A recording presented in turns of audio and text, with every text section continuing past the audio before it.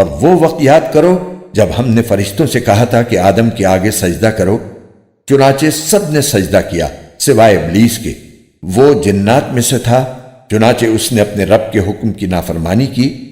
کیا پھر بھی تم میرے بجائے اسے اور اس کی ذریت کو اپنا رکھوالا بناتے ہو، حالانکہ وہ سب تمہارے دشمن ہیں؟ اللہ تعالیٰ کا کتنا برا متبادل ہے جو ظالموں کو ملا ہے۔ میں نے نہ آسمانوں اور زمین کی تخلیق کے وقت ان کو حاضر کیا تھا، نہ خود ان کو پیدا کرتے وقت، اور میں ایسا نہیں ہوں کہ گمراہ کرنے والوں کو دست و بازو بناؤں۔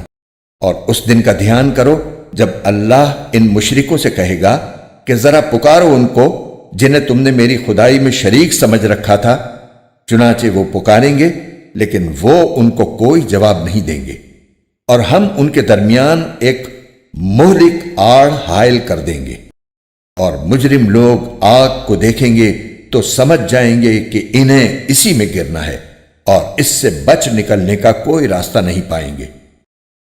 مفسر مفتی محمد تقی عثمانی۔ آیت نمبر 50۔